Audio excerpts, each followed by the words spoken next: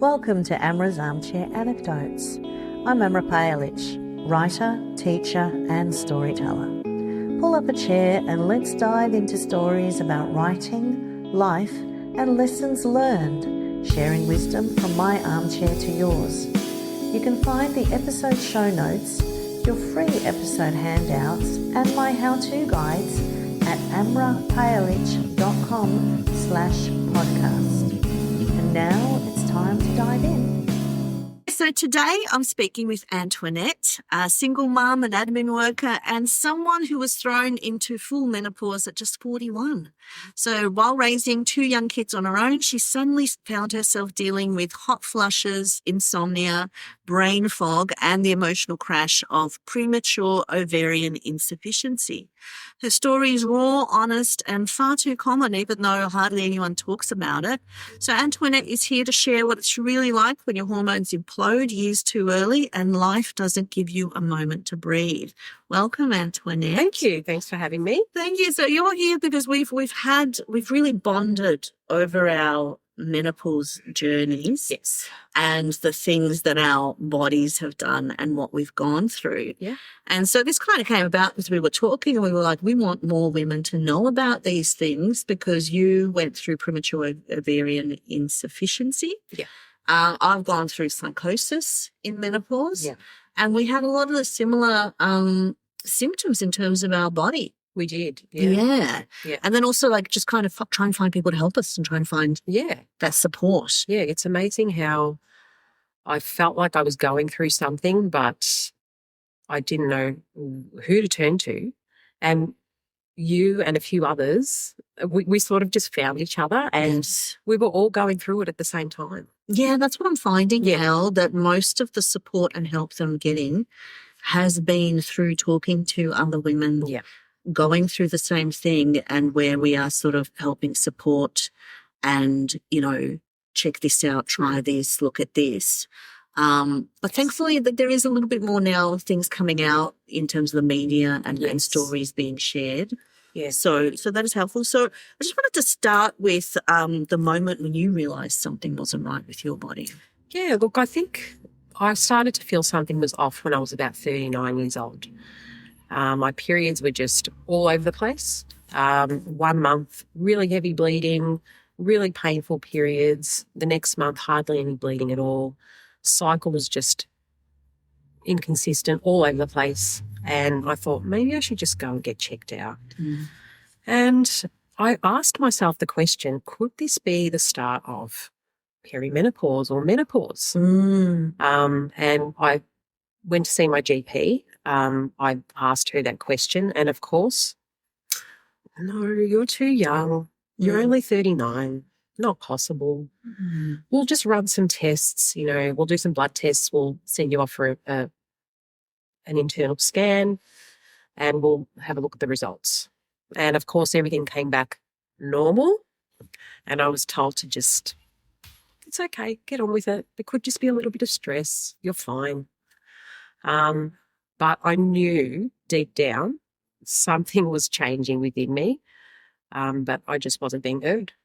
No, and that's the thing that I'm sort of discovering. A lot of GPs do not have enough training in menopause, which is shocking when you look at 50% of the population and all of us are going to go through it. Yeah. So they don't really have training. They don't really know about it. They don't know the symptoms. And then even in terms of the testing that they do, I mean, like even if they do test your hormones, the only way they're going to pick it up exactly is if your hormones, if you go into a hot flush in that moment anyway or not. Yeah. So, there is a lot of that. And there's a lot of us that were talking about that when we were like, because I went to my GP also, who I've been to for, 17 years. Yeah. And he's like, just take some supplements. Yeah. And I'm like, yeah, but so what did you think? Just you were blaming stress and you were thinking that's what it was. I felt like maybe my GP was gaslighting me a little because, she would say things like, you know, you're a mum, you've got 2 kids, you're working, you're balancing a lot. It's just stress. And she even said to me, maybe try some primrose oil, that could help. And I thought that to me felt like you know, when you've got a virus and you go to the doctor and they say, just take some Panadol, you'll be fine. Yes. I just felt dismissed. Yeah. And, you know, this continued. I was actually getting more and more symptoms as time went on. I started with hot flushes. I became really, I felt like I was losing my resilience.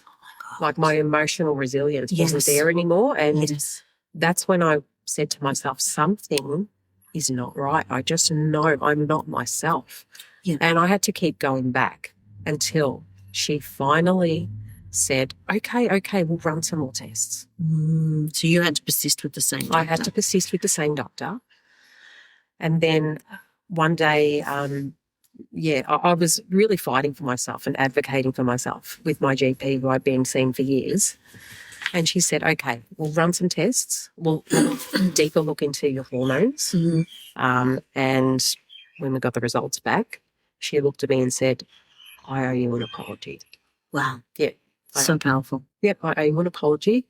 You were right. She had a look at my levels and she said to me, you actually are showing signs of someone who's post-menopausal and I don't know what to do here. Oh, wow. And that was really confronting for me. Yes. That's not what I was expecting at all. Yes. I thought maybe it's the start of perimenopause, but I was showing signs of post-menopause. Yes. And she said, I need to refer you on. Yeah. And so what was the treatment after? Like what was the journey? So she did give me a referral to see a gynecologist, but I felt that I wanted to speak to someone who may just know a little bit more about women's health and post-menopausal symptoms because I didn't know what the hell that meant for me. No. Because like that's the other thing, we don't really like, you know, we now know that perimenopause is as our ovaries are failing and we're losing our estrogen and we're going through all these fluctuations.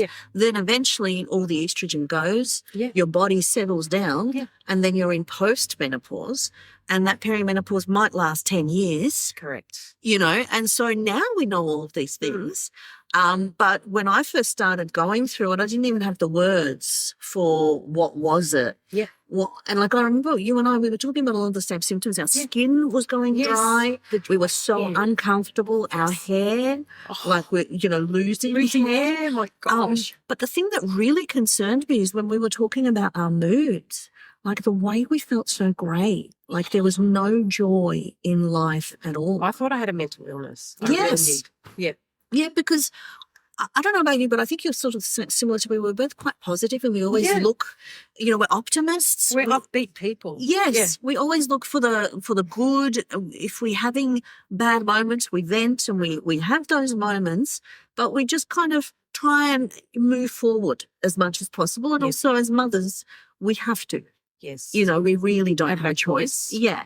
And with you've got much younger kids. But we were talking about the fact that we were so dark and that lack of resilience. Yeah. It is so hard when we're juggling all these hats. We're juggling the mother hat, the worker hat, the, you know, if we've got other roles in our families and, you know, so much. And then we always have to be the strong ones. Yeah. We always have to be the ones who find solutions, who maintain emotional equilibrium, who set the temperature in the household. And I became a psycho. Oh, yes. Psycho. Like one day my daughter was singing and I had to send her out of the room and it took me an hour to calm down from my rage. Oh, yeah. Even though there was a part of my brain going, this is psycho. She is happy. Your daughter is happy. How wonderful is that? Yes. And she's expressing it by singing in that moment. But I was so irritable. Oh. So irritable. Know that feeling. Because I went to a GP and I said, because I found someone at Australasian Society of Menopause. Me too. Yes, and that's the other thing. We don't know these things. No, we don't know these things. We don't know this. So this is where our little coven helped us when we were talking to each other, and we're like, there's this Australasian Society of Menopause where you can find a list of GPs who are training themselves and learning about menopause, and you go see them, and as soon as you see them, they start you on the journey to sort of help you. But, you know, like we're battling with people who don't know, and I don't know how you were, but I hated myself. I hated myself too. Yeah. I just thought, who am I? Yes. Who's this person I'm becoming? Why am I so miserable and irritable, and I hate life? I hate everyone. I don't want anyone around me. I know. That's how I that felt. hatred of everyone. Yes. And everyone, and like I remember at work, everyone was irritating me, and then I received an email from a coworker who is the gentlest and sweetest person you could ever meet in your life. And he sent an email, and the email was like very benign, but he just expressed an opinion, and I did not like that opinion. I'm lost, and I went, I think there's something wrong with me. Yeah. Because if I am feeling this about every single person, but even these lovely people that I can see are lovely people, I think it's me. I think that is so common. We just get to this point where we realise, we start to look within and go, okay, are we the problem here? Like what do we need to do now to get the support and get the help that we need? Yes. To get back to the people we are. The people we are, because it feels like you go into this darkness. And the other thing that a lot of people don't realise is, you know, our age group of women, high suicide rates. Yeah. And I had a friend who got suicidal and had a breakdown and was like, you need to help me right now and give me some treatment. So, you know, like... So how long did it take you, like that whole journey with your GP? How long did it take? It took a good nearly 2 years. 2 years. It took 2 years because, like I said, she kept dismissing me. She kept blaming stress, lifestyle, try this supplement, try that supplement. No, you're too young. You're too young. You're too young. I heard that so many times. And then when I finally went in at 41 years old and said, I am begging you to please run further tests because I know something is not right. It was explaining I had hot flushes, I had insomnia, I had anxiety, I hated my life, I hated everyone around me. Yeah. I couldn't even look after my children the way I wanted to because I was so snappy and irritable. Yeah, that's what really got to me. That's what got to me too. Yeah, because when we look at the way we're treating our children and we're supposed to be their safe place, it's like, okay, this is really not good. This is not good. That's right. And you feel so horrible as a person when you're like, how could I be doing this to my own kids? Yep. But you can't help it. I know. It's really something you just can't control. No. And that's one thing I've also found for me is that I'm normally very calm and regulated. I'm very good at regulating my emotions, but I just couldn't during that time. Well, I actually realised, because for me, I went into psychosis and actually thought I was being haunted by a ghost, which I do believe in ghosts. So, you know, I still might be being haunted by a ghost, but the problem was that every time I closed my eyes, there was like an apparition coming at me. And I got to the point where every time I slept, I was just screaming and screaming and screaming. And so I'm on hormone replacement therapy, but I am also on antipsychotics. Yeah. And so when I got put on antipsychotics because of the history of bipolar in my family, and I've had insomnia in the past so badly that I have had psychosis previously. In my 20s, I didn't sleep for like months, and I thought there was a man living in the ceiling of our house. Gosh. And my husband had to go get a ladder and climb up and prove to me through logic and reasoning that there was no one living in the ceiling. Yeah, in that state. So things got really bad. But when I went onto the antipsychotics, I actually realised that rage has been a big part of my life. And then as I went into perimenopause, that it just exploded. Oh. And then when because it helps me sleep, but it also just gives me that, you know, and the woman almost just like calming. Yeah, and so I feel like I am the best version of myself I've ever been, where I just feel so much more like, you know how you have a dream of who you want to be? And so I always wanted to be more of a calmer person, someone who could actually regulate a little bit, not say the first thing that pops into my mouth. And I'm like, oh, I'm actually that person now, but I could not get there without the pharmaceuticals. I know. It was not an epiphany. It is pharmaceuticals because biology betrayed us.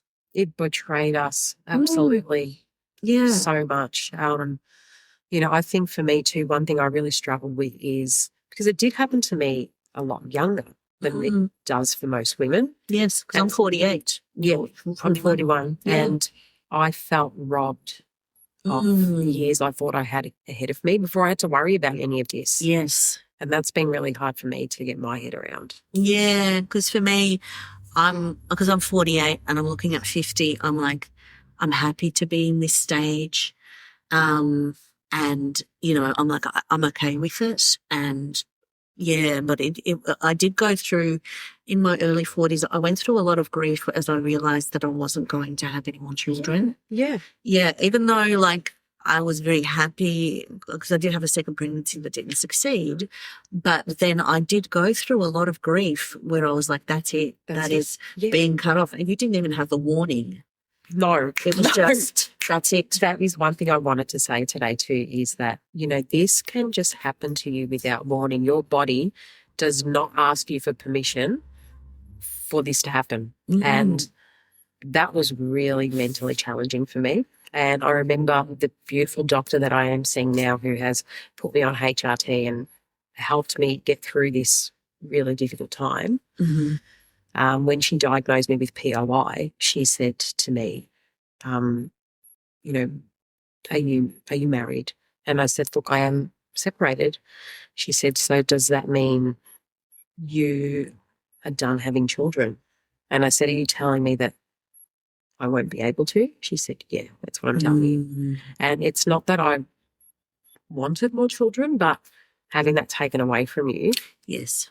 When it doesn't feel like your choice. When it doesn't feel like your choice is so hard. And you have to grieve that process. Yes. Yeah. Because I also felt like that choice was thrust onto me because of financial circumstances and other things. Also with the fact that my pregnancies, I was very ill from them. Yeah. And so I realized that I can't physically put my body through that again. Yeah. But the grief, because it's like, you're having to accept what's put onto you rather than be making that decision for yourself. Yes. Yeah. Absolutely. My throat has just gone really weird. So I'm going to check the time, 17:47, and come here and because this is the thing, it does this. Of course, because it's a lot of talking. Well, I've been doing a lot of talking. I never stop talking. Before you came, I was talking to Tanya for 45 minutes. I love that. That was my warm-up. It's so funny. All right. I think we shall launch back into it. So, I think we actually covered a lot. Oh, yeah, I think also one of the symptoms that I sort of wanted to talk about that we've touched on, so, you know, I think a lot of people know about the hot flushes and the fact that, you know, your body, like I would go into a rage. Oh, my God. Yeah, like it actually sends you into a complete and utter rage. The flushes? Yes. They're just intense. Like I've never experienced anything like that. I remember feeling all this heat just rising from the bottom all the way up, and I would have to strip off my clothes. I was sweating. Yes. And I thought, what the hell is happening? Yeah. It's intense. Yeah, because I remember having a hot flush in the classroom. Yes, when it happens at work. Students. Yeah. Oh, my gosh. And I actually kind of blacked out in a rage. And I just remember the next day, one of my lovely students looked at me with his big blue eyes and said, "Miss Bailage, please don't be angry with us the way you were yesterday." Oh, And I went, "I'm a monster. I'm a monster." Like, just, and I had to change rooms because that was in the library where the heating was turned up. And I was like, "Nah, I need to be cool." But the fascinating thing is, as soon as I started the hormone replacement therapy, so, I do the estradiol me too. gels, and the progesterone, I've got implant on, so I don't have to take progesterone. Do you take the progesterone? I take the tablet, Yeah. As soon as I started that, gone. Oh, Gone. One thing we need to talk about is how amazing is HRT? I know. Because I felt like a brand new woman Yes. at probably day 4 of taking it. Yes. It works so quickly. It's incredible. And one of the frustrating things is, so now, there's been walking back because it was linked to breast cancer, but that was actually the progesterone that was being prescribed at the time. Yes. And so a whole generation of women have been screwed over when they haven't gotten access to it. Oh, I'm so sad for them. I know, because now all of us, like so many women I know, are using it. And, all of these symptoms that we had, so even the brain fog, as your estrogen goes down, the receptors in your brain are not operating as well. And your cognitive, there's a cognitive decline. Absolutely. Where, you have the word farts and the thinking is really hard. Like I just remember like thinking on a day-to-day basis was so hard. And even making decisions. Like, what am I going to order? Am I going to do this or am I going to do that? Like, it was really, really hard. Yes. And then for me, I also had sexual dysfunction where everything just went lights out. Oh, my body stopped working. There's no desire. No. There's no, I felt empty. Yes. I felt empty. But it's also like you lose desire, but you also lose joy. You lose empathy. Yeah. Like I turned into a full sociopath. I actually remember saying this to someone. I can't remember who it was, but I think someone might have had a baby in the family. Mm-hmm. And normally news like that would bring you some joy. Oh, my God, that's amazing. Mm-hmm. And I remember just going, yeah. And I thought, that's not normally how I would react to that news. No. I just had no empathy. No. I actually went through a period of repulsion by babies. Me too. Yeah. Me too. To be honest, it's still a little bit there, but it was so bad that if I saw a baby, I think I still do it, to be honest. Hide. I can't look at it.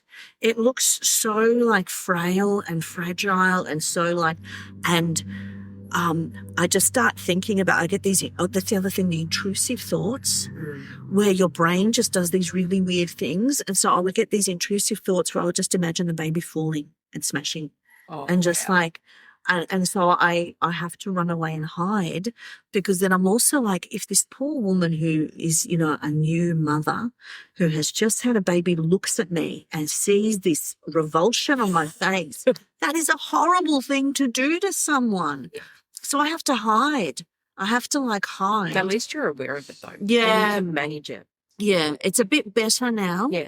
But oh my gosh, at one point, and then like the full sociopath where I just didn't feel anything for anyone. I felt that too. And that was a big warning sign for me that something was off because I feel everything. I'm a very emotional, empathetic person. Yes. And I just lost that.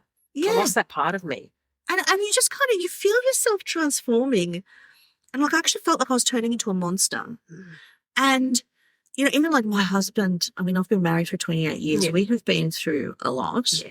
And so, you are at this stage of your marriage where less patience for certain things. But oh my gosh, I would just go at him and he would be sitting there and just crying and just literally crying. Wow. And I would just keep just pouring lava. And then I would be like, should I stop? He's like, no, if it helps you. Oh. And I would be like, oh, okay. But I didn't care. Yeah. Any other normal human being would be like, I have reduced my partner 2 tiers. Yeah. I think it's Probably time. push some boundaries. Yeah, time to take a beat. Yeah. I think we've gone a bit too far there. Nope. I was ready to just go in again. So yeah, there's a lot of that negativity, and then as soon as the hormone replacement therapy, oh my gosh, tell me about the transformation with you. I remember this so vividly. I will never forget this day of my life. This beautiful doctor that I've been seeing said, "There's no question about it. You are eligible for HRT. So let's begin the treatment." She said, "This is going to make a world of difference for you." And honestly, at that point, I didn't believe anything was going to work. I thought, this is it. This is my life. I'm just going to be miserable forever and I have to deal with it. But I remember day 4, I woke up and I was feeling joy. Yes. Just to be alive, just to Yes. see my children running around the house. Yes. I actually put on this amazing, colourful dress that I've never worn for a very long time because I wanted to wear colour. I felt bright. Yes. Life felt brighter. There was a buzz within me. Like I was excited to just begin the day. Yeah. And I said, okay, this is what everyone's been talking about. This joy is coming back. Yes. I remember we were talking to each other because you were like, because we actually talked about the fact that we felt so grey. Yeah. We were feeling so grey. Yeah. And just completely like disconnected from everything. And then we were like, I don't feel grey anymore. No. And then that joy and that feeling came back. Yes. Feeling like who we were, feeling like who we were meant to be. Yeah. The patience, the resilience. Oh, yeah. The calm. The calm. Oh, the calm. The calm. Because I hadn't felt that calm in such a long time. Yes. I felt balanced. Yes. I felt serene. I felt feminine.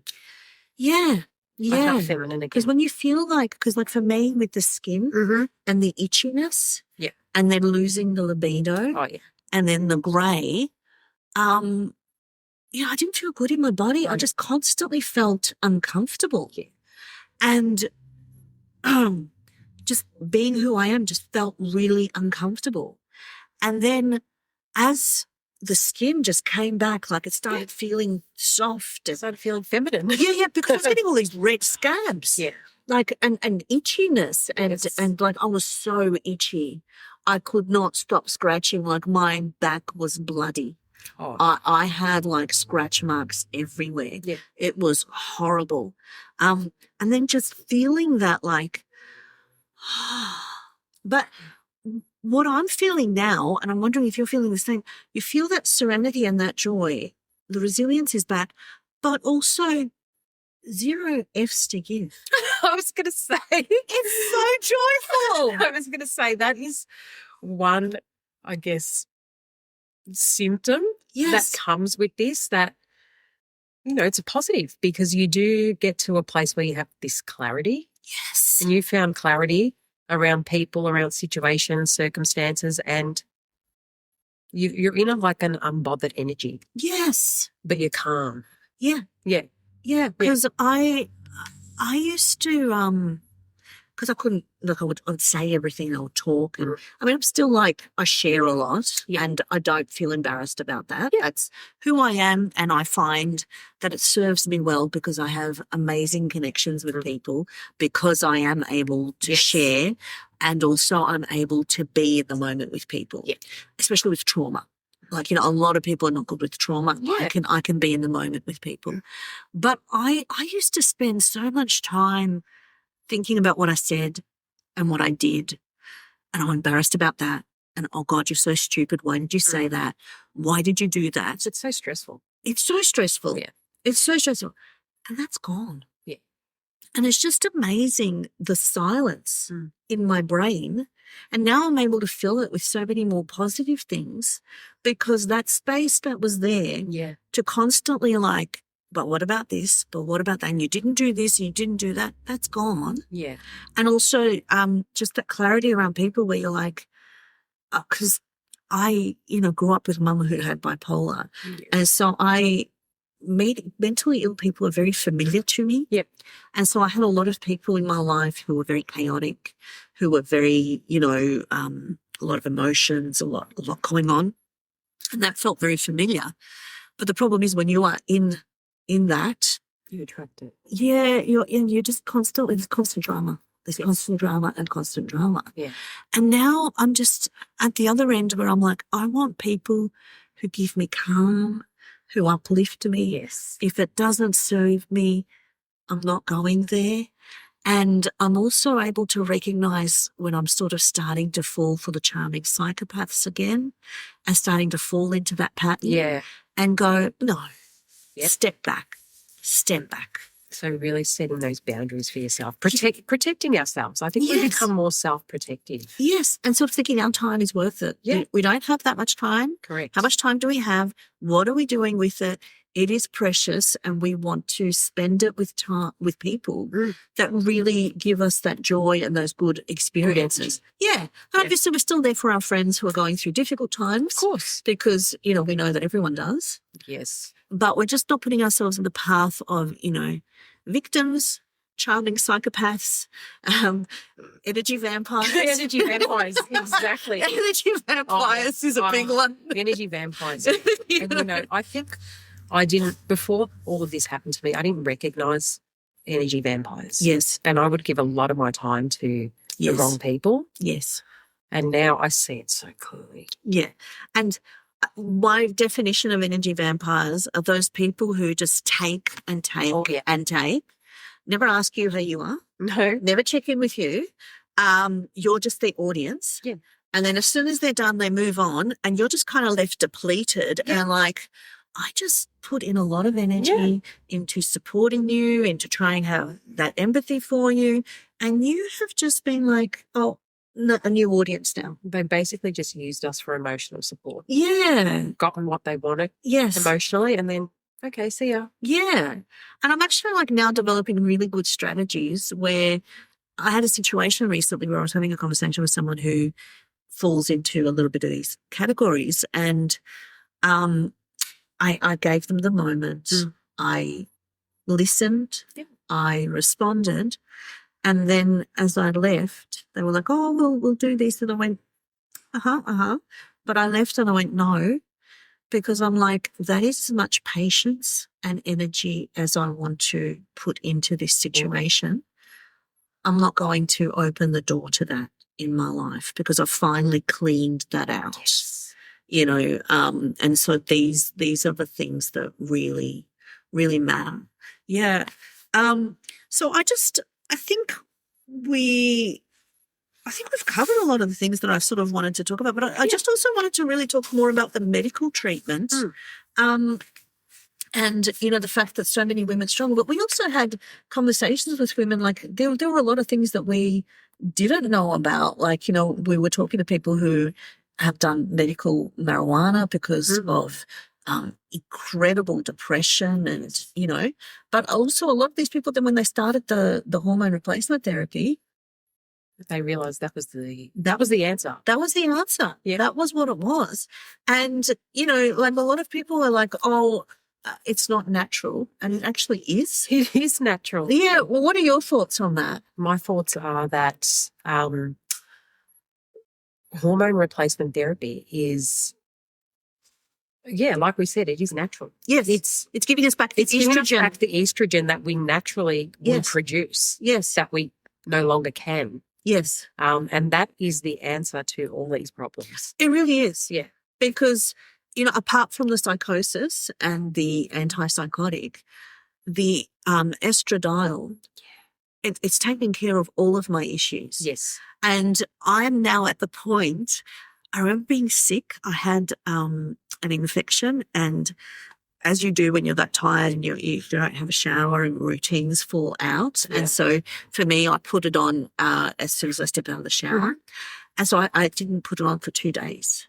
And I started getting grizzly. So you knew straight away? I didn't, but my husband was like, have you been using your hormone replacement therapy? And I had to think, and I went, oh, no, but actually I haven't put it on for 2 days. Go upstairs. Go and do it right now. Do it right. And then my daughter was like, Mum, God, so I was like, oh, I'll do it in a minute when I have a shot. They're like, no, Yeah. go do it right now. And I went, oh my God.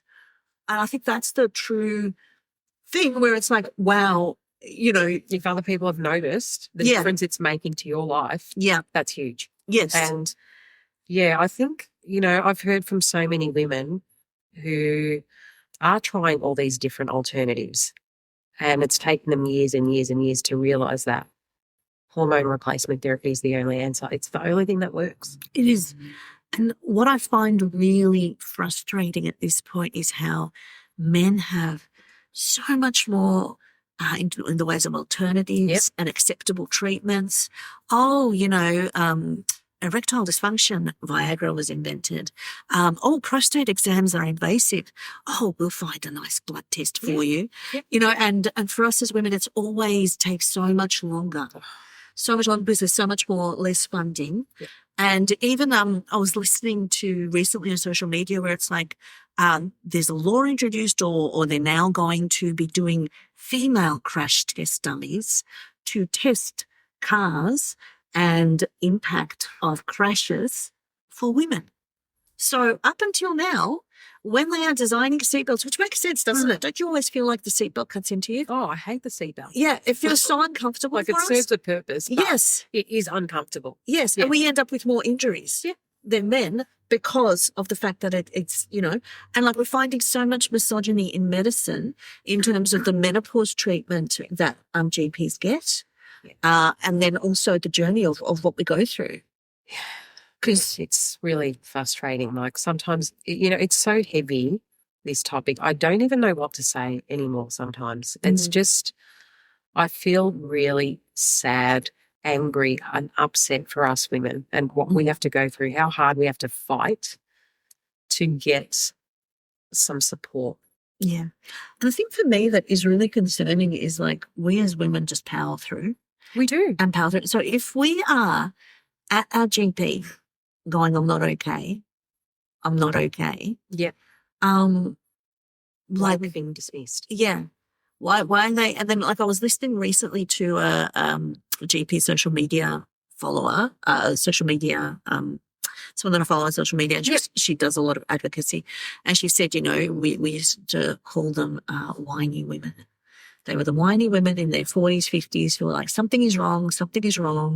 But you do all the tests and nothing is wrong. But it's like, no, something is wrong. Yes. When we say something is wrong, trust us, listen to us, because our intuition is second to none. Yes. Especially during this phase of our life. Yeah. And also as women, like, you know, we go through the monthly, you know, periods. We go through a lot of pain. Oh. Like I love watching on social media when men put on the period cramp simulators. Yes. I feel so vindicated. I know. I feel so vindicated. And they're falling to the ground and then they put it on a woman and the woman's like, and not even responding. Like, you know, if we are saying that something is not right, something is not right. Yes, because we can persevere through a lot. Yes, and we have. Because, you know, my periods have always been the bane of my existence. I actually think I had endometriosis when I was young. And so, yeah, like it has everything to do with my reproductive system has been a big fire. You know, I had trouble getting pregnant, trouble staying pregnant, sick during pregnancy, postnatal depression, like the works, you know, everything to do with my reproductive system. And then the psychosis during perimenopause. Oh my gosh. And you're probably just thinking like, when does it end? Yes. Yeah. We go through so much. Yeah. We really do. And now with the hormone replacement therapy, I'm not going to take it until like I'm on my deathbed. Like I'm going to keep taking it. Me too. No one is taking it away from me. I will never stop. No, because after the hardship and the everyday struggle, it's like, I don't know. Yeah. Like, why would I put myself through that? Yeah, mentally, why would we want to put ourselves through that? We're so fortunate in Australia. It's only like $1 a day. Oh, my God. It's amazing. Yeah, $1 a day. It's affordable. Yes. And it is the best thing you'll ever do. Yeah. If you are going through menopause. Yeah.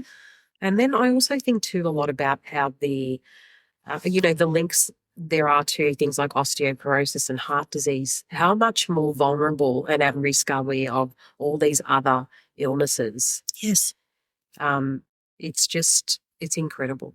And as soon as you start taking a hormone replacement therapy, how much you're lowering. You're lowering that risk. Yeah. And even now they're starting to find correlations between like a lowered risk of breast cancer. Yeah. If you are, because of the Yes. estradiol and the progesterone that's being used, but just all of the other health issues. Because that's the other thing, like I do have a predisposition because of my genetic history. Yeah. So I am diabetic and I am on blood pressure medication also. And that was also because of the perimenopause. Yes. As my estrogen went down, those things came into play. I had the same issue with Yeah. being pre-diabetic, and Yeah. it is genetic for me as well. Mm. But I had no idea that it was linked to hormone imbalance. Yes. Yeah. And so for me, I'm having to take the medication and I'm okay with it because I've found out that dementia is actually type 3 diabetes Wow. and that the high sugar contributes to brain decline. And so I'm like, no, I'm taking the medication. And obviously, you know, like I still exercise and I try and eat healthy and I would like to be able to do it through the health aspect. But when you go through perimenopause, you can't just exercise it away. Like there is a lot. There's a lot happening. Yeah. Changing within. Yeah. And I mean, I did an interview with my friend Veronica, who is trains. She's like a weight fitness. Yeah. And she has got immaculate bloods, even though she's got the same history as we do. Yeah. But she's got immaculate bloods. But, you know, like she does meal preps every day, like hours and hours of meal preps. And she weighs her protein and she weighs her veggies.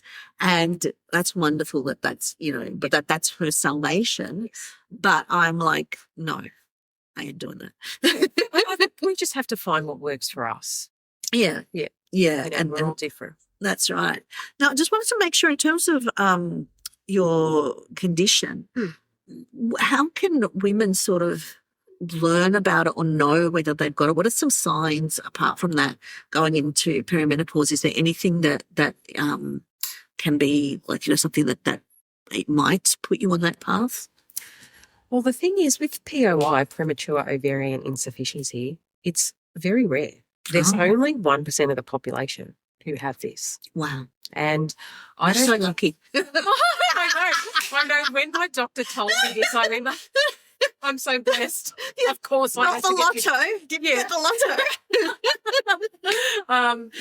Yeah, so I feel like there's not enough awareness about this. There's enough. I think we're getting better in terms of talking about perimenopause and menopause, and there's, you know, lots of different social media pages and websites, and there is more awareness and education there. But in terms of POI, there's not much. I've tried to look for pages or communities, and I find nothing. So really, if it wasn't for my GP or the Australasian Menopause Society, I would know nothing about this. Oh, so I guess the only thing that we can say to women is if you are feeling some of the things that we talked about in terms of the changes in the mood and not feeling like yourself, and then all of those physical, doesn't matter what your age is. No. Go to, in Australia, there's the Australasian Society of Menopause. If you're elsewhere, find some sort of a society that is menopause and find someone who is actually trained in it, who can actually talk to you about the hormone replacement therapy and see, like, do the testing that you need to do. Because even with me, I found my GP and we started sort of, like I had to do some testing and I had to do pelvic exams and all these things. All that too. And the breast screening. Yes. Yeah. So it took a little while for me to get the hormone replacement therapy. And she was also trying to get my diabetes a little bit more under control. And I felt like I still suffered too long. Like I still felt like it stretched out too long, because then by the time I got to it, I was like, oh my gosh, I suffered for so many more months. Yep, I felt the same actually, because when I did find this beautiful doctor I'm working with now, it still took a good month for me to get results from other testings and bone density scans and, you know, all sorts of different tests before she could actually say, okay, you are a candidate for HRT. Yeah. So it does, I don't know, something needs to change there. Yes. because we are still being delayed of the treatment and the support that we need. Yeah, and just the way it wears you down. Because I went to my doctor and I said, look, if this continues for much longer, I'm not going to be married, I'm not going to be a teacher, and I'm not going to have any friends left. Because, you know, that lack of patience and that irritability is with everyone. It is. I mean, it's with yourself too. Yes. Like you're irritated with yourself. Yeah, we're at our wits' end with ourselves. Yeah, but then everybody, and it is just like, because it feels like your whole body, it's almost like a heartbeat, like your whole body is vibrating and you are just, I don't know, in this altered state. I didn't even feel like I could sit. Oh, you don't know what to do. Sit, stand, yell, scream, cry. Sometimes I felt like I was screaming into the abyss and no one was bloody listening. No. And it's just like, oh, you feel isolated. Yeah. So isolated. And for me, because like in my family, there is a history of suicide. Yeah. And when I started sort of getting that dark, and I was like, I've never been this dark. I have never kind of gone there and ever thought, time out, I'm done. But like when things sort of started getting a little bit there where I'm like, is this worth? Oh, yeah. Is this worth it? You really, like, it's very scary. And we both know women who have actually been pushed to the edge. Yeah. You know, who were like, either you do something now for me or I'm done. Yeah. And I'm done. it's just really upsetting that we have to fight that hard when we're already so tired. Yeah. And yeah, I hope that there's a shift in that for future menopausal women. Yes. Because it's exhausting. It really is. And like, that's the other thing, like you feel already so exhausted because your body is fighting, your brain is fighting, and then you're having to fight the system and you're having to fight to be heard and you're having to fight to be like, no, I'm not okay. Yes. This really, I am not okay. Yeah. I'm not a whingy woman. Yeah. You know? Yeah. Yeah, I know. I don't know. It's really horrible. So I think one of the things also is like, you know, when we think about women who are going through this, what do we think that are some things that can happen? I mean, obviously us talking and sharing. I think, yeah, like it's really good that we are starting to talk more about it, and women who are going through this are finding each other. We're building our own little communities. Yeah.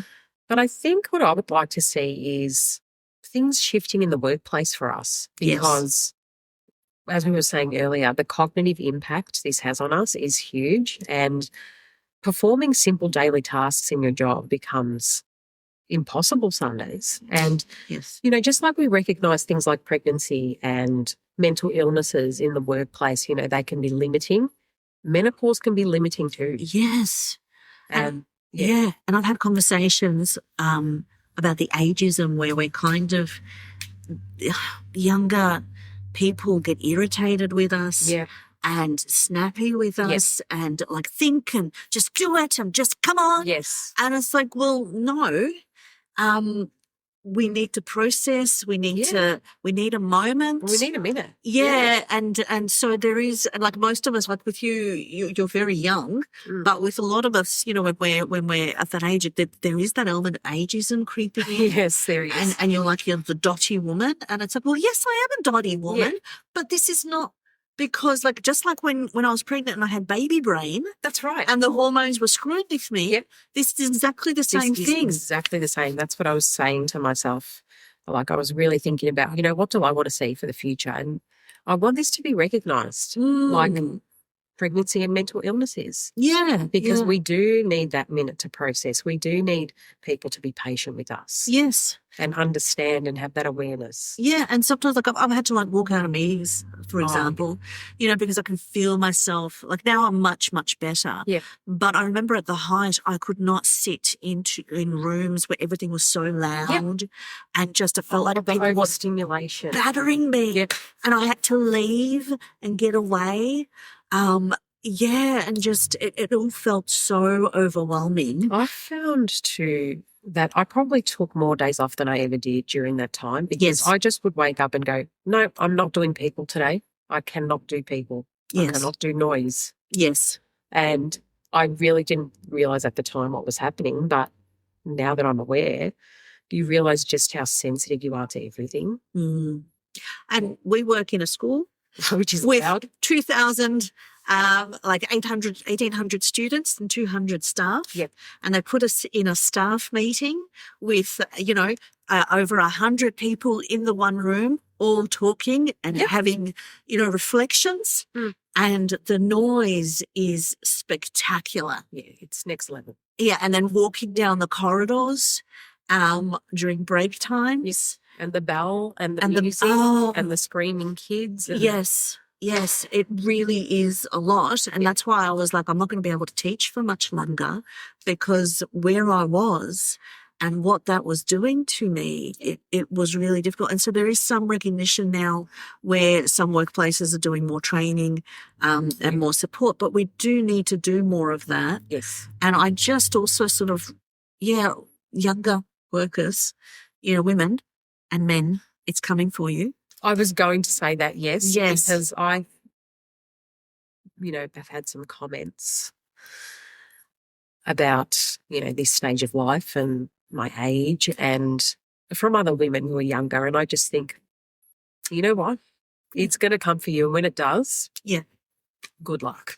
Men too. And men too. If you happen to have women in your life, which I think all men do, even if they're gay and they're partnered with a Yeah. man, they will still have some woman in their life. Going through this. Yeah, but if you are partnered with a woman, you will experience this. And I can tell you, my husband did not enjoy it. He suffered. He actually has said, he's like, I suffered just as much as you did. Oh, I'm yeah. like, I deny as much, but I do acknowledge what he would have gone that through. he suffered. Yeah, because, and honestly, my marriage, because you can't be in a partnership with someone when you have nothing, when you have no ability to be patient, to be empathetic, to be for them. And like, even there's a lot of these things showing up on social media about husbands, they're breathing funny. Yes. And they're like, that's what happens. Yeah, just the simplest thing will be Yeah. like, oh, God, get away from me. Yes. Yes. Like, I've got a friend who, closing of the door, so he slams the door and it's like, it's getting to that point, because like those things become so amplified. Oh, it is, yeah. And you've got one part of your brain going, you're psycho. You could be completely psycho. Yeah.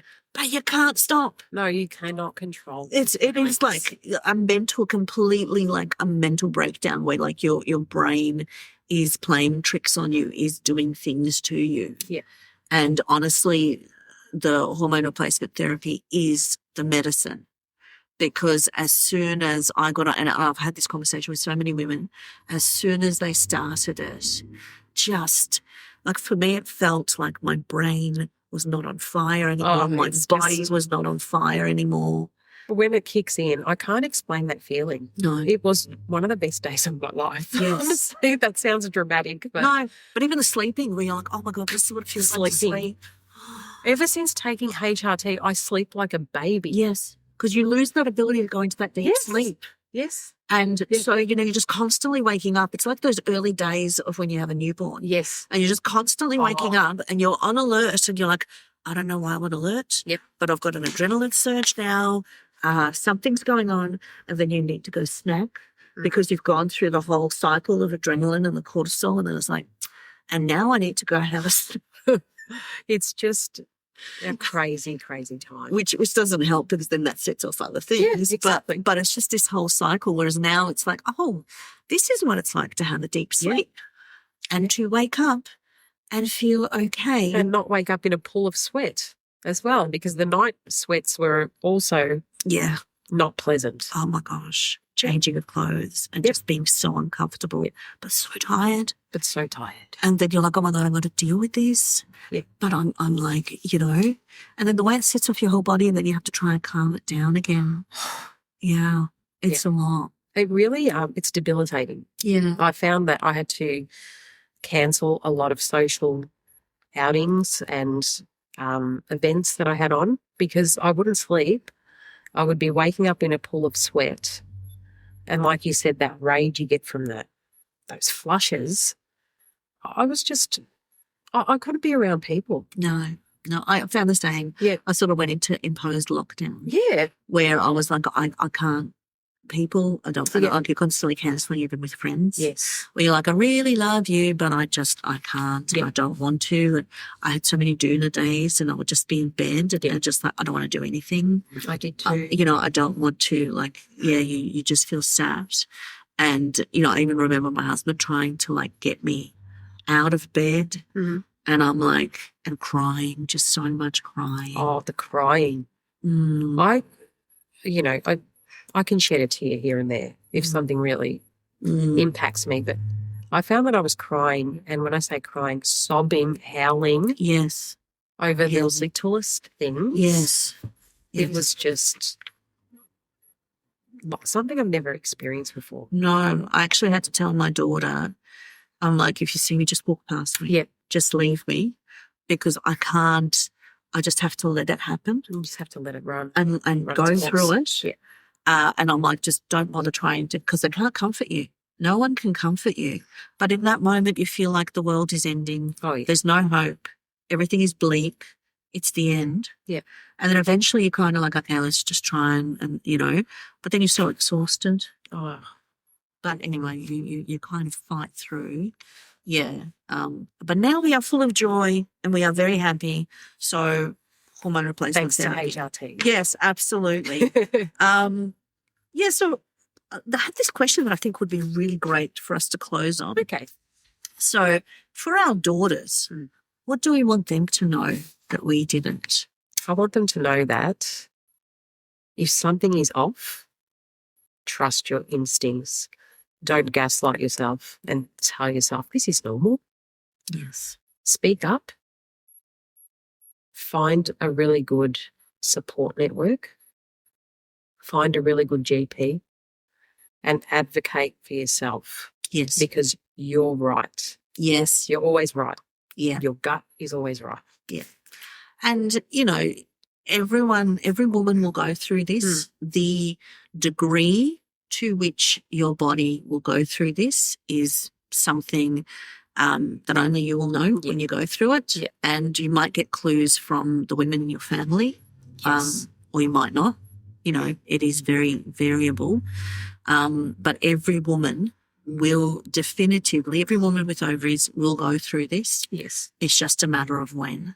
Yes. And so it's just trying to have that information and just sort of know as much. Be informed. Yeah, be informed, because that's also the difficult thing that we struggled with, knowing where to go, where to get help, what to do. And then also, I had, because we were of the generation where hormone replacement therapy had such a bad name. I was like, oh my God, breast cancer. No, breast cancer. Yeah. And even I have a friend who has had cysts and is kind of at risk in one sense with breast cancer. And so they were hesitant to give her hormone replacement therapy. And she got to the point where she said, I don't care. At this point, my quality of life is so bad. It's about quality of life. Yeah. The percentage and the possibility of me getting breast cancer does not present as much of a fear. Yeah. Because at this point, like she was at that point where she was suicidal, where she's like, I'm not going to be here for much longer. So it makes no difference. Yeah. Yeah. And when the doctors heard that, they were like, oh.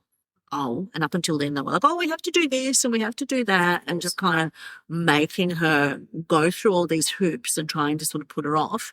And when she reached that point, they were like, oh, okay. Yeah.